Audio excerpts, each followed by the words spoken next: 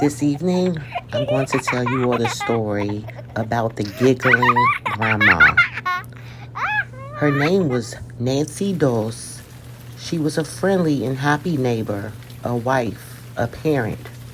On the inside lurked a cold-blooded murderess who nearly wiped out her entire family single-handedly.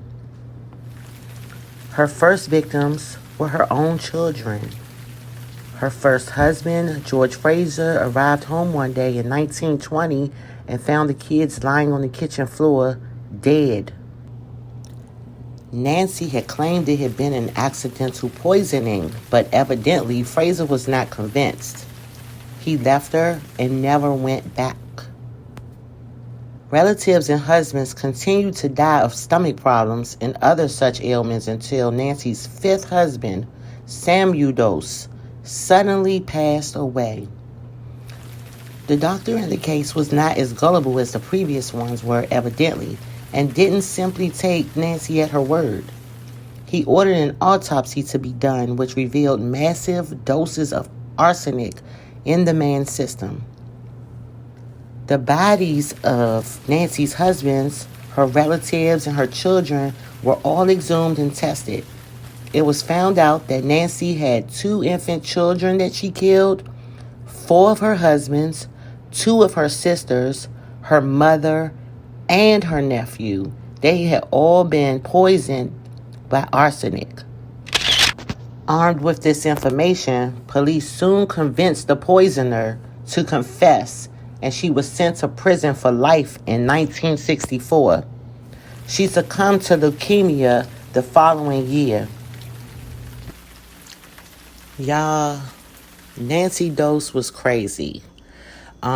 She got the nickname the giggling grandma because when she was finally, interrogated, she would giggle at the questions. When she was answering questions, she was actually giggling when she would answer these questions, and police were amazed at the joy that she took in confessing to her crimes and reliving the details of her husband's deaths. She laughed and giggled like a schoolgirl, recounting the events of a pleasant summer vacation, and often gave bizarre little asides that demonstrated her lack of compassion, such as her, and I quote, "He sure did love those stewed prunes," she said about one husband. When she was asked what she thought they should do with her for poisoning all those people, her answer was, "Anything they do is perfectly all right with me." She just seemed like a sociopath, She didn't have any feelings really for people, as it seems, and they didn't understand it. When she was young, around 7 or 8 years old, she had actually been tossed on a train and she had fell and hit her head. And they wonder if that head injury as a small child, possibly caused her to turn into this serial killer. It could have been her hitting her head, or it could have been when she was molested. When she was a teenager, she was molested by a string of local men before she even reached the age of 16.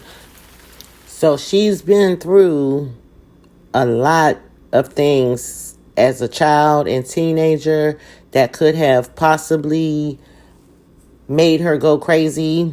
But I'm not a psychologist, and I don't know what would send someone into a mode to kill their entire family, basically, and have no remorse, no care, just nonchalant when she was being questioned and laughing and smiling and joking.